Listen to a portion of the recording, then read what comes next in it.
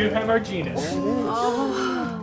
What these discoveries are telling us is that there's a lot out there to be found. That we actually don't have the whole story of human evolution. I mean, it looks like it might be a fragment of like the supraorbital torus or something. Oh my God. The Homo Naledi fossils are extraordinary in a wide variety of ways. We know they have the characters of an early member of the genus Homo. By comparing their morphology to other early hominids, we can see that we would place them right at the base of the lineage that leads to us. We've never seen a non-human that shares so many primitive and yet sometimes advanced characters. Tiny brain, curved fingers, but a generally human-like hand, long legs, and a human foot.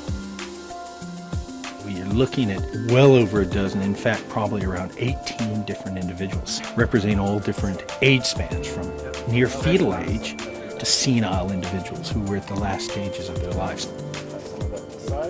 When I first saw these images by my exploration team, I knew that we had to act. The Rising Star Cave System is one of the best known in South Africa. It's been caved continuously for more than 50 years. I had this fossil lying on the surface, and I could see that it had been damaged. So I called National Geographic to put together an expedition, fast. How you getting inside? The entrance is very, very difficult. To get to it, you have to move through a 7.5-inch slot, wiggling your way across sharp rocks before you drop into this remarkable little chamber.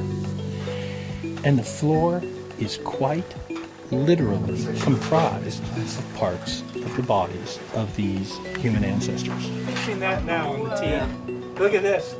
Whoa! Tell them they're a go to collect.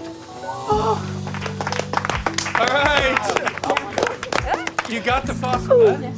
It appears, based upon the context that we have discovered this incredible assemblage of hominid fossils in, is that they were deliberately placed there by their next of kin after death. Homo Naledi was doing something that until this moment we thought was unique to modern humans.